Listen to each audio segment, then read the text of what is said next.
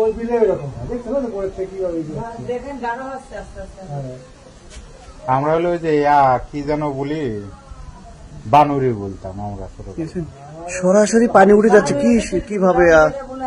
ধুলা, সেটা তো বাসক বলি আমরা। এটা তো সরাসরি পানি উঠে যাচ্ছে পদ্মা থেকে। এটা কি পানি উঠে যাচ্ছে? হ্যাঁ, পানি উঠে যাচ্ছে পদ্মা থেকে। এটা হচ্ছে পানি এই গাঢ় হচ্ছে আর দেখেন না এই জায়গায় এটা কিন্তু যেখানে গাছপালা একটা খোলা পানি যেখানে থাকে বুঝছেন, গাছ গাছের সেই জায়গা থেকে পানি দেবে থাকে। আসতে পারে? হ্যাঁ দাদা, আমাকে স্পষ্ট চলে এসেছে।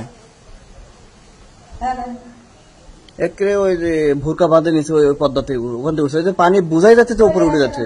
একটু ভালো করে তাকাই দেখেন যে উঠে যাচ্ছে।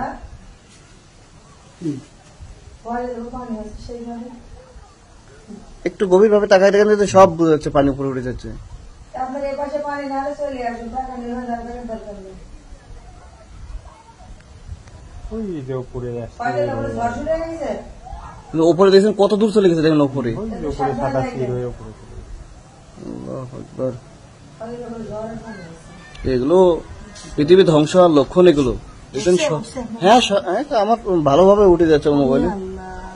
গাঢ় হইল আর উঁচু আছে, দেখেছেন?